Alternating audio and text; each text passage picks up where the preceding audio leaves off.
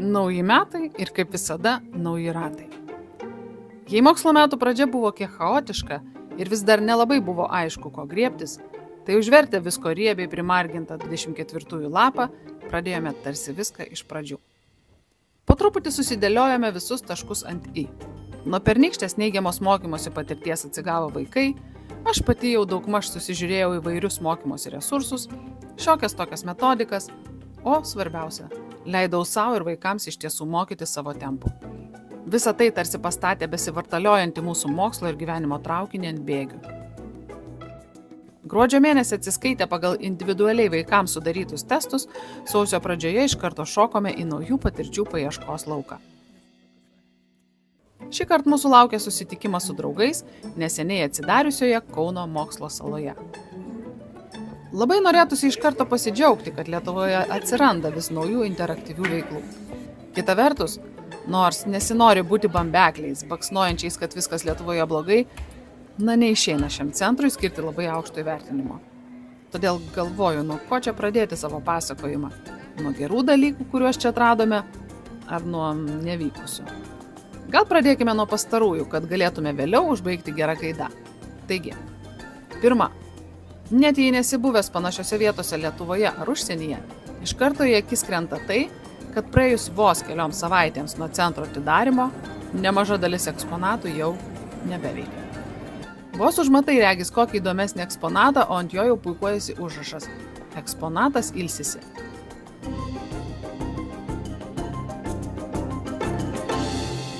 Dalis jų, tokie, kurie dar vis veikia, bet kažkuri jų dalis ar sulūžusi, ar jau išėjusi iš rikiuotės? Gali, pavaryk. O šitas geltonas? Liutauras net pyko, kodėl įdomiausi eksponatai neveikia arba veikia netinkamai. Čia pusė eksponatų, kurie yra įdomiai ir sulaužyti tiesiog. Nepadarei padaryti. Todėl natūraliai kilo klausimas. Ar tai tikrai patyriminis mokslo centras, ar dar vienas liesti negalima muziejus? Nes eksponatų įrengimo kokybė tikrai kelia daug klausimų. Antra, kiek erzino tai, kad didžiulė erdvė, nors ir yra teoriškai suskirstyta tam tikromis zonomis, joje intuityviai sunku susigaudyti ir suprasti, kur kas yra. Taip, ant grindų yra nubraižytos nukreipiamosios linijos su užrašais, o ir ekspozicijos centre įrengti laiptai leidžiantis užlipti aukščiau bei pasižiūrėti viską iš viršaus bei susiorientuoti. Bet tačiau, kaip sakoma, ar tikrai atėję į panašią vietą, jūs tuoj suskumbate žiūrėti grindis? Ar tikrai iš karto esate linkę ieškoti kokių tai laiptų, nuo kurių lyg ir reikėtų viską pradėti? Žodžiu, su bičiuliais nutarėme, kad labai čia trūksta tos palydimosios informacijos, galinčios padėti susigaudyti, kas kokiose zonose yra. Nes be viso to ekspozicija atrodo kiek padrika ir sunkiai suvokiama. Kodėl, pavyzdžiui, randi stendą su žmogaus akimi, visai šalia kokią tai žmonių senėjimo ir populiacijos statistika, ar kažką susijusio su garsu. Žodžiu, bendras erdvės zonavimas ir lankytojo informavimas mums pasirodė neapgalvotas. Jei jūs nerandi nei informacinio stendo su ekspozicijos išdėstymu, nei kokių lankstukų, o gal jie kažkur kitur, kur mes net nematėme, nieko nors panašaus, kas tau padėtų susidaryti bendrą vaizdą ir suprasti, kas tavęs laukia. Taip pat buvo stendų, kurių įspėjamieji užrašai atrodė nelabai logiškose vietose. Apskritai nuolat kirbėjo klausimas, kokio amžiaus lankytojui yra skirta ši erdvė. Ar mokyklinio amžiaus vaikams, kurie yra čia kviečiami patirti įvairius mokslo reiškinius, o tai reiškia, kad jie viską norės čiupinėti ir intuityviai atrasti, ar suaugusiems, kuriems skirtos vietomis labai ilgos naudojimus eksponatais instrukcijos. Nenuostabu, kad dalis eksponatų dėl šios priežasties galimai ir neveikia. Nes vaikai intuityviai jais naudojosi ne taip, visai neskaitė ir net neketinė skaityti tų instrukcijų. Trečia, nepilnai išnaudotas eksponato potencialas. Kai kurie stendai regis tiesiog padaryti, nes reikėjo užpildyti kažko erdvę. Elementarios stačiakampės pertvaros, atrodančios tarsi kokie 3D enciklopedijos puslapiai, rodėsi stovėjo čia tik tam, kad būtų padėtas pliusiukas. Padarėme.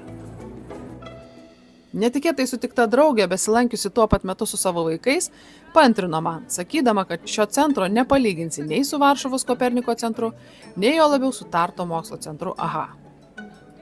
Ketvirta. Ne vien šiam centrui galėtų būti taikoma. Nes man visada kyla klausimas, kodėl tokiose patalpose niekada nėra sprendžiamas akustikos klausimas? Ar tikrai taip sunku ir ar labai daug kainuoja nuo lubų nuleisti ką nors iš minkštų medžiagų garsui sugerti? Juk ne teatras ar koncertų salė čia po galais. O gal čia tik linkusiems į ADHD tokie dalykai nuolat kelia erzulį?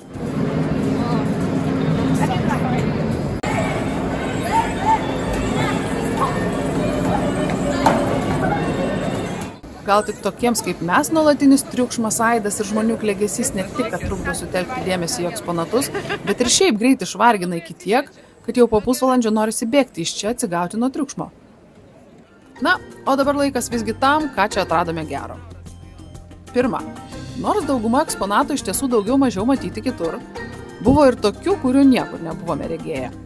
Mūsų favoritas – beapsiverčiantis automobilis, į kurį atsisėdęs ir prisisegęs diržus gali pajusti, kaip veikia automobilio saugos sistema.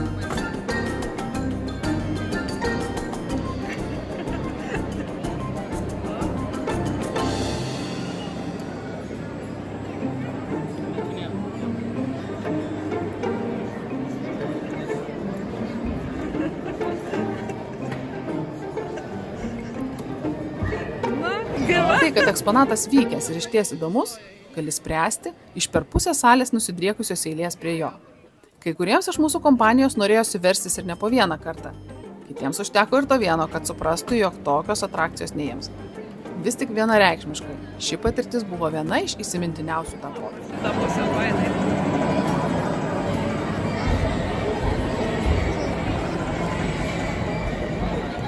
Kitas labai patikęs eksponatas – aerodinamikos stendas, prie kurio priėjęs ir ant rankos užsimovęs skirtingų geometrinių figūrų rankovės, galėjai pajusti, kaip skirtingai tavo ranką veikia pučiamas oras. Kitokį paim kitokį.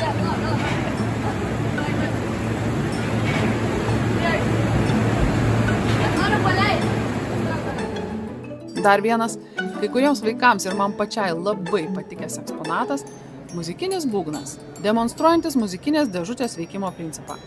Negana to, jis sukonstruotas taip, kad išsikišęs strypeliai, užgaunantis muzikinės plokšteles, gali įsispausti ir išsispausti.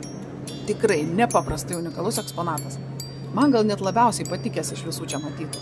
Tu čia pati gali atspausti? O, geras. Tiek, kad šalia to galėtų būti pateikta ir kokia nors nesudėtinga schema vaikams, pagal kurią jie galėtų sudėti kokį nors muzikinį kūrinį. Ar tiesiog patys strypeliai galėtų būti nudažyti skirtingomis spalvomis, kurias suspaudaliojus suskambėtų muzikinis kūrinys. Nes faktas, kad atėjus į tokį centrą, niekas neturi tiek laiko, žinių ir kantrybės, kad galėtų imti ir taip tiesiog sukomponuoti tvarkingą, organizuotą muzikinę melodiją. Ypač jei galvosime apie vaikus, o ne muzikos teoriją išmanančius suaugusiosius. Žodžiu, kai kurie eksponatai nėra apgalvoti iki galo. Ne iki galo apgalvoto eksponato buvo ir daugiau. Pavyzdžiui, buvo lazerių ir veidrodžių stendas, kuriame vartydamas veidrodžius gali nukreipti lazerius taip, jog jų spinduliai praeitų sudarytą labirintą. Idėja irgi super gera.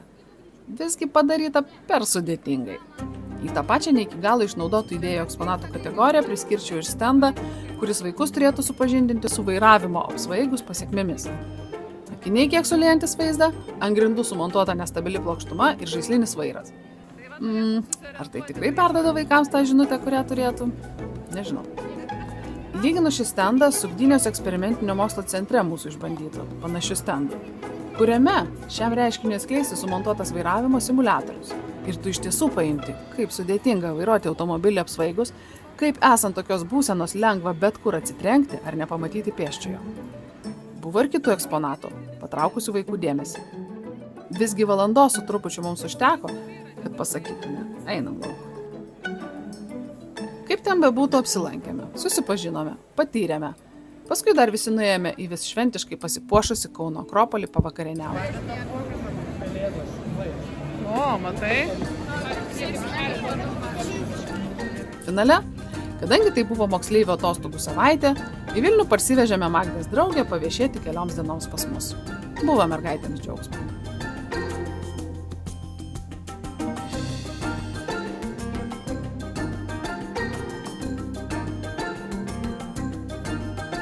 Nuo pradžių, nuo seniausio amžių, Lietuvai jau daugiau nei 1000 metų. Tatusė launa. Neperskaitau, neįskaitau. Nu tai čia kai tatuiruotė gausis, tipo, čia turi būti atvirkščiai tatuiruotė, kad...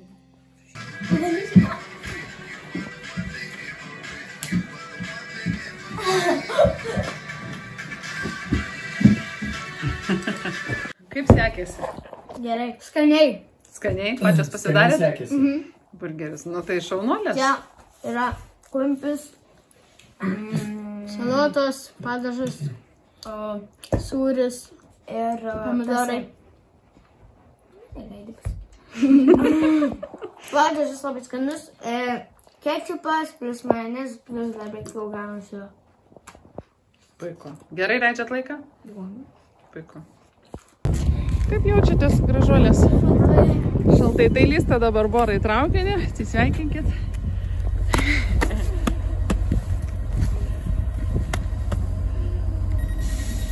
Gerai. Laimingai parvažiuoti tau. Po kelių dienų išlydėję draugę, po truputį nusiteikinėjome artėjančiai mokslų savaitei. Iškeliavo, spiglių paliko. Okay, šaunuolė. Gerai.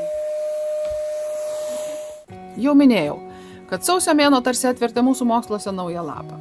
Susidėliojusiu savo galvoje mums pateiktas PPT rekomendacijas ir psichologijos patarimus, pagaliau pasijaučiau laisva nuo taip slėgusio sistemos spaudimo, ginusio arklius ne pagal vaikų jėgas. Galėjau ramiai leisti vaikams ir savo grįžti į tos taškus, kur nesvarbu, ar tema yra 7 klasės vadovėlėje ar 5. Ačiū ir mums globojančiai mokyklai, kuri suprasdama mūsų situaciją ir pasitikėdama mumis bei palaikydama mus, leido eiti taip, kaip jaučiame, kad turime eiti. Taigi, pagaliau įjungiame režimą mažiau yra daugiau ir leidžiamės į kelią. Tiek to palik, Taurai. Toliau žmogeliukas. Tiek to palikai, atšils truputėlį, čia už kelių dienų tada reiks ateiti. Visų pirma, permąsčiau vaikų tvarkaraštį. Per daugybę metų išbandėme juos visokius. Nuo standartinių, valandinių, savaitinių, 2 savaitinių, ciklinių ir dar net nebesuskaičiuoju kokių. Nes kaip žinia, jei koks nors pradeda veikti, po mėnesio žiūrėk ir vėl nebeveikia. Todėl ieškai, kas veikia iš naujo. Kas vaikus motyvuoja, kas leidžia jiems ir matyti bendrą vaizdą ir tuo pačiu nepersikrauti vaizdiniu, kad tai neįmanoma. Mokyklinio tvarkaraščio krūvis kėliau šį kartą 2 dalis. Vienai savaitė įmame vieną dalį su vienais dalykais, kitai savaitė kitą. Ir mažai žingsneliais bandome įveikti. Pamoką sutrumpiname iki 15 minučių. Tol, kol yra dėmesys ir tol, kol vaikas išgali užsimotyvuoti padaryti nemėgiamus jiems dalykus. Visokios matematinės lygtis ar gramatikos užduotis. Na, jei taip nutinka, kad kažkas užsikabina ir laikas pasimiršta, tai užsibūname be abejo ilgiau.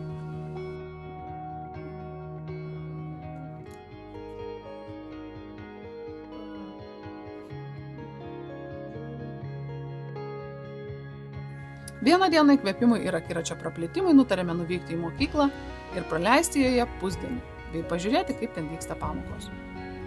Tiesa, mus globojanti mokykla nestandartinė, todėl ir pamokos čia ne visai tokios kaip kitur, bet ir jose pabuvoti buvo labai naudinga.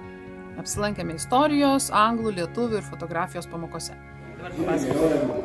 Čia yra moteriškė, kuri, nesveika, kuri galvoja apie operacijos. Ji galvoja apie save, kaip ji džiuvarė, tik tai vėtis biškidėtas. O ją kūdikį žiūri, nes nesupranta, kodėl ji taip daro. Jinai laiko galvą, kažkokią biškę. Jinai taip pat laiko verų kažkokį draugą su kita galva ir 2 šuniukais. Ir čia buvo įvykis. Ji mums atrodė tobula ir čia žmogelis, kuris sako Šaunuolės, gerai padirbėjom. Magdė grįžusi netgi pareiškė: Mama, bet mokykloje mokysios daug lengviau negu namuose. Ten pamokos daug lengvesnės. Taip. Todėl aš sakau, kad pačiu laiku jungiame mažiau yra daugiau bėgi, nes ankstesnių metų patirtis buvo užginusi mus tokiu greičiu besisukantį beprasmę bėgimo ratą, kad nesinori ir prisiminti. Kadangi iš to naudos nebuvo jokios. Supratome tik tiek, kad tai, ką vaikai per prievartą mokėsi pernai, turime vos nemokytis iš naujo, nes dauguma dalykų per vieną ausį atėjo, o per kitą po atsiskaitimo išėjo. Prieš išvažiuodami namo dar pasivaikščiojome Kauno senamiesčiu. Netikėtai aptikome ir lėlinės animacijos pradininko Vladislavo Starevičiaus atminimo lentą Rotušės aikštėje. šalia kurios puikavosi metalinės vabzdžių skulptūros, vaizduojančios 3 pagrindinius režisieriaus sukurtų animacinių filmų veikėjus – Elneragį, Skruzdį ir Žiogą. O juk apie Starevičių ir tai, kad jis yra lėlinės animacijos pradininkas, sužinojome labai neseniai. Tada, kai kaip tik su vaikais žiūrėjome nuostabes kino pamokas, kurios mus nuvedė prie kito šaltinio, minėto Starevičiaus animacijos. Jei turėsite laiko, būtinai pasidomėkite ir pasižiūrėkite šitas kino pamokas. Mums labai patiko. Žanrų yra labai daug. Vien Wikipedijoje galite rasti virš 20 skirtingų žanrų tipų. Nors Wikipedija nėra pats patikimiausias šaltinis ieškoti informacijos, čia surašyti žanrai iš tikrųjų egzistuoja. Pati perskaičiau ir galiu paliudyti, kad Wikipedija nenusišneka.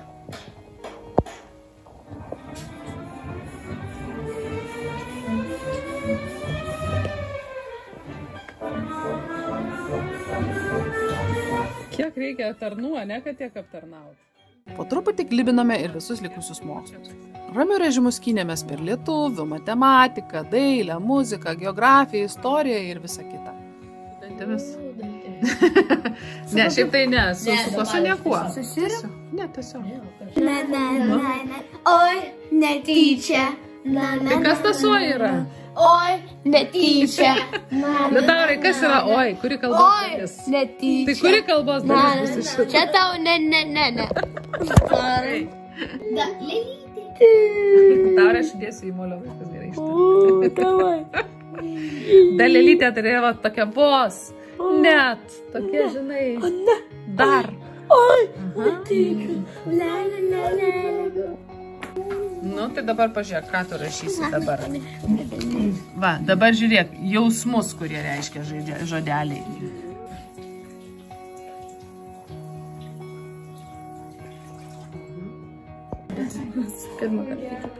Sūnėnas. Jo.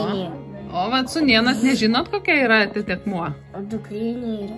Dukterėčia. Yra dukterėčia. Kas dar arkliško galėtų? Nu, kaip mes sakom, kai yra arklys, bet moteriškos giminės. Kumeliukas. Panašiai, bet... Kumelė. Taip, kumelė. Arklė, kumelė. Arklė. Nu, pagalvo, kaip išskirsi. Aha. Kablelis ir tas. Taip, tikrai taip. Šitas kablelis ir šitas. Ir brūkšnys, taip, tarė mama.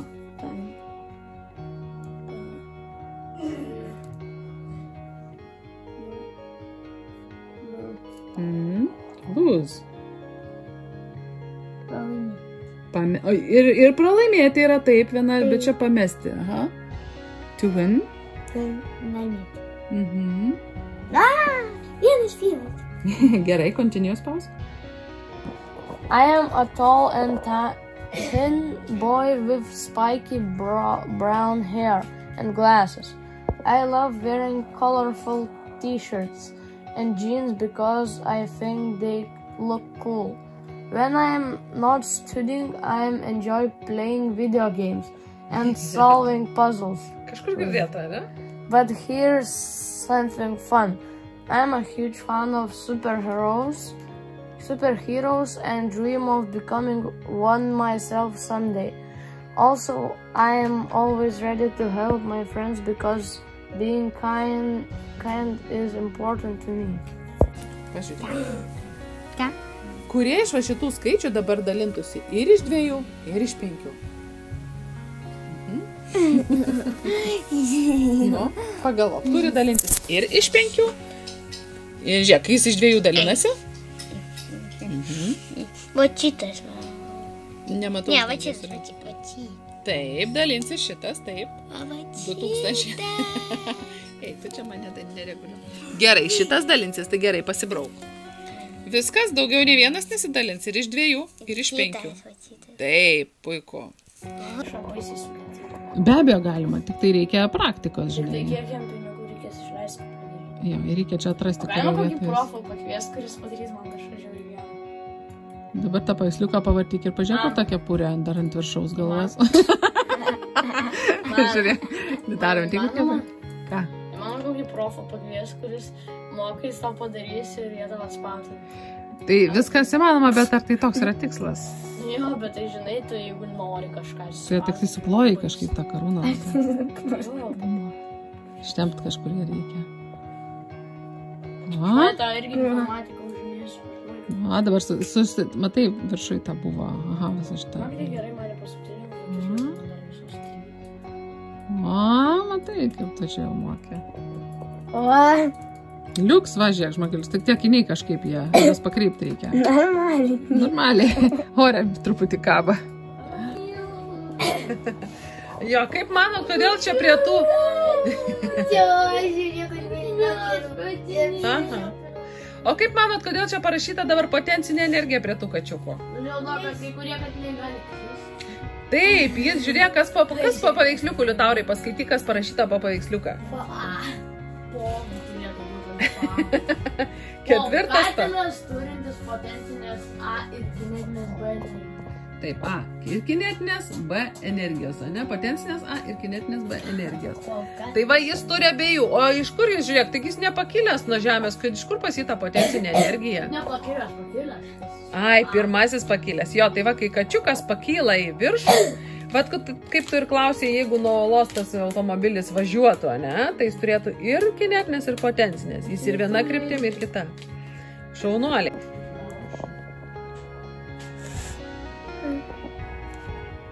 Lauk, tai reikia pažymėti mėlyną. Apibrauks. Jo, gali apibraukti. Nes čia toks mind mapas gaunasi, ne? Ten užspalvinį matosi?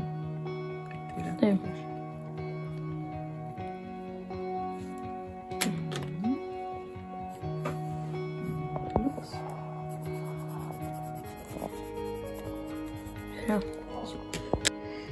Ne, tai tu nereikėjo klausyti. Nereikėjo. Gerai, suras, kurią dėmėžį matai ten? O čia, mama.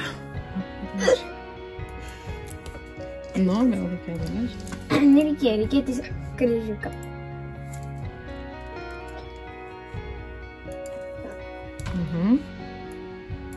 Ne, čia... Jo, čia labai daug visokių tokių dvigubų žingsnių. Kasėjų. Ir klaus gal. Ai, kepšinį reikia. Nebūtina. Ir kryžiuką. Tai kokios yra pagrindinės muzikos instrumentų grupės? Styginės. Taip, styginiai. Klavišiniai. Taip. Mušamieji. Taip. O tada mediniai pučiamieji. Taip. Ir metaliniai pučiamieji. Kaip dar variniai pučiamieji. Tai kiek čia tų grupių gaunasi? 5. Nu, šalia. Negražiausia klasė yra šita. Kas perkusija tau labiausiai nepatinka? Čia tik mušamieji, jie jokio, jie tiesiog dar du. Bet kiek daug ritmas priduoda, klausyti? Taip, bet tai vis tiek. Tau nepatinka, ne? Man patinka tie, kurie garsą duoda. Muzika, ne? Gražią muziką. Ir instrumentas, kuriam aš atiduodu pirmąją vietą, tai bus... Kas čia? Smuikas. Keista, kodėl? Jo, nežinau. Nežinai. Visiškai nesuprantama. Šiaip pianinas man dar baisiai patinka. Taip, labai gražus. Magdutė, ateik pasakyk, kas tau labiausiai patinka. Trombonas? Saksofonas, trombonas. Iš kiekvienos klasės po vieną. Tai saksofonas, trombonas. Jo, trombonas. Tada smuikas ir pianinas. O iš mušamųjų nepatinka nei vienas? Būgnai nepatinka.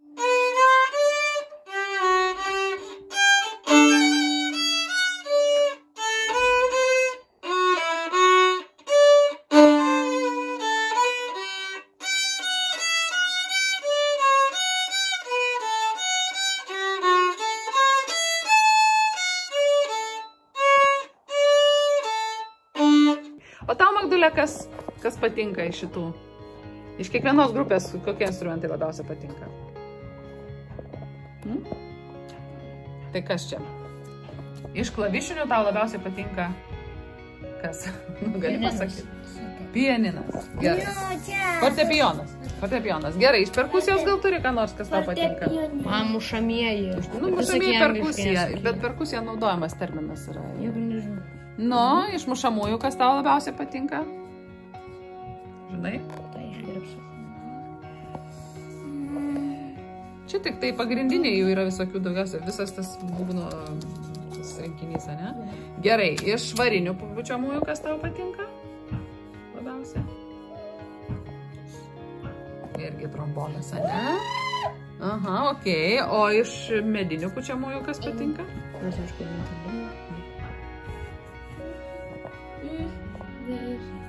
Tau trimitas, saksofonas labiausiai patinka, okei. O iš styginių? Arfa. Tai kokios, Magda, 5 grupės yra pagrindinės instrumentų? Kokios pagrindinės instrumentų grupės? Gerai, tai pirma grupė kokia? Kaip jas įvardinsi? Styginis. Styginiai. Kokia dargi ta grupė? Keyboardiniai. Ne, čia yra klavišiniai. Lietuviškai yra klavišiniai.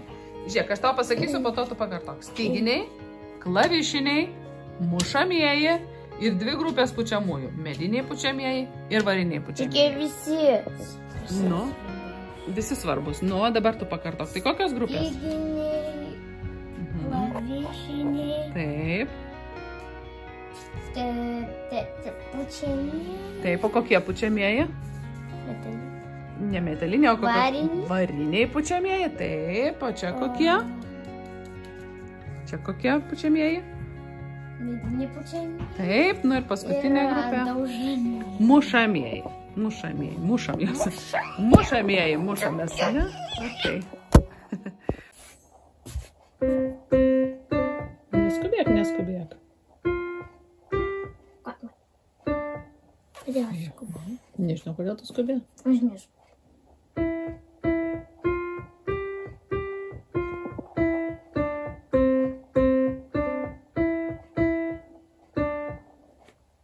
O pauzė kas išlaikys? Pauzė kas išlaikys, nu? Tu? Tu turėtum, tu šiaip groji.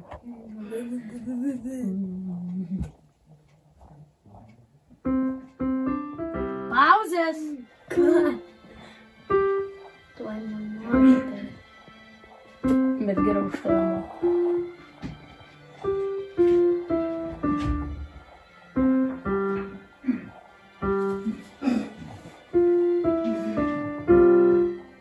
Pauzės! Nu kas tau yra? Pauzė! Tu visą žvėlį mokus, turėtum mokyti. Kas čia?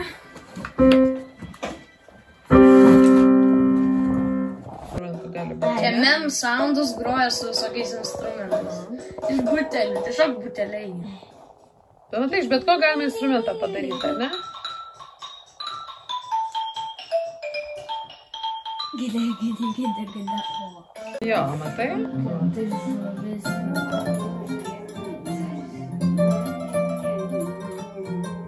O čia įdomu, kokios šalies tas instrumentas. Jis sako, Bet chorą kažkokia, žiūrėkit, Gambijos, ne Afrikos.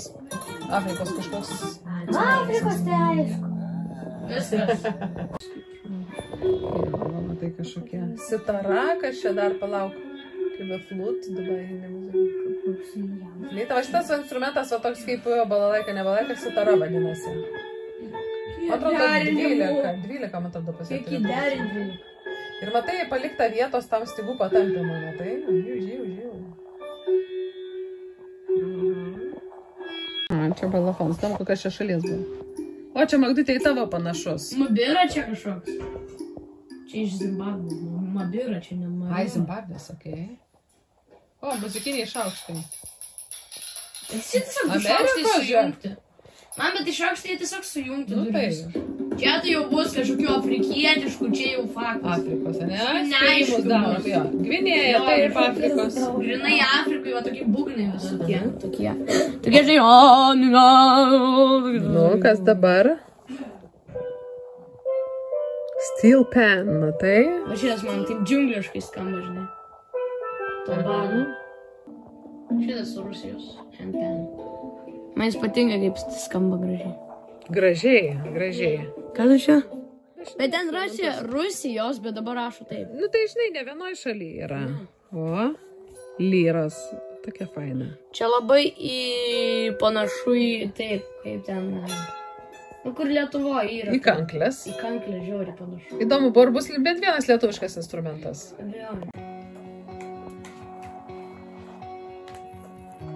Iš teptuko pereina daugiau dažų. Dabar galima matyti, kaip man ranka dreba. Aš bandau visą kontūrą padaryti. O taip, kai žiūri, atrodo, nedreba paprastų ranką, bet va, taip padarai, tai baisiai dreba. Čia pas mane bus kaip, žinai, burbulas. Čia pas mane bus nano širdelė. Nano širdelė. Gali kokia ryškesnė spalva tau įdėt, kad nebūtų tokia jau visai jinai. Šiaip viskas sukodino. Kodėl? Buvo gražiau. Tokios rožinės ryškiai raudono įdėk kažkokią. Tu gali paskaityti. Ten tikrai nedaug, ten kokie 10 minučių maksimum. Šiuka, iššiuka. Nu, parodė kažkas. Va čia vat snapas, vat šitas. Čia rankytė. Tai va ir nupiešk ir išryškink. Čia rankytė. Čia irgi rankytė, o čia kojytė. Nu tai va ir nupiešk paryškink tos ir kad matytųsi. Storės kiškės.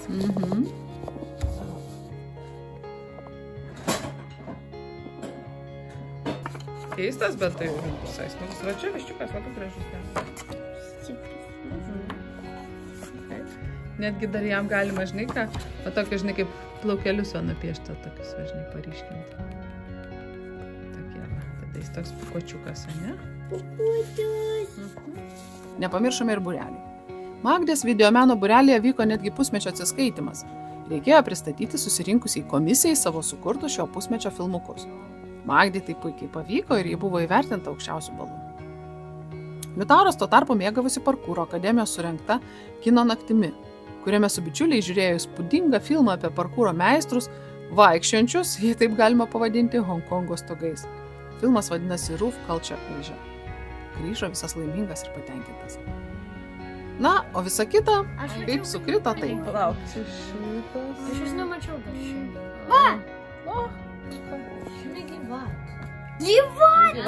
nu tai ta paveiksliukas. Nu tai ten nenuspalvinta O specialiai. pas ten buvo juoda balta, o čia raudona. Buvo ir žaidimų, ir žiemos paieškų, ir susitaikymo, kad žiema vos vienai dienai pabarščiusi savo baltus kerus, greičiausia taip ir dings. Aha, gerai užšalė.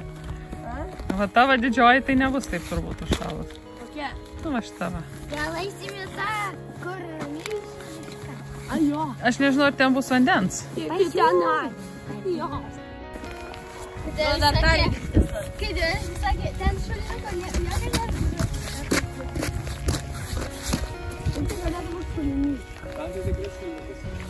Argi? Tikrai? Labai storas ledas. Storas ledas tik tai smenga, ne? Sausis sutirpo beveik nepastebėtas.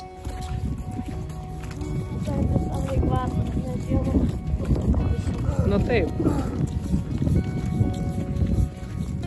Atsikvašėjome tik tada, kai paskutinėmis jo dienomis ėmė ir iš JAV netikėtai sukritus tam tikroms gyvenimiškoms aplinkybėms atskrido mūsų aplankyti babytė. Suskubom Magdės kambarį tvarkyti ir paskolinti babytei. Laikinai įsikūrusi svetainėje, Magdė panašu nelabai liūdėjo. Sausio mėnesio pabaigos kontentui trūksta. Jo, mama pateks į šitą. Į blogą, į blogą. Žurnalą. Aš nenoriu į blogą, aš noriu į gerą. Į vlogą pateks.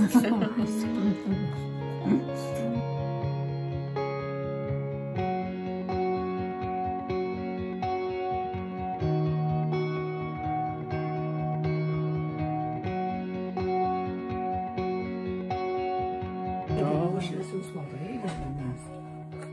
Mes čia labai jau džiaugiamės. Gerai, pateksite mūsų molio vaikus.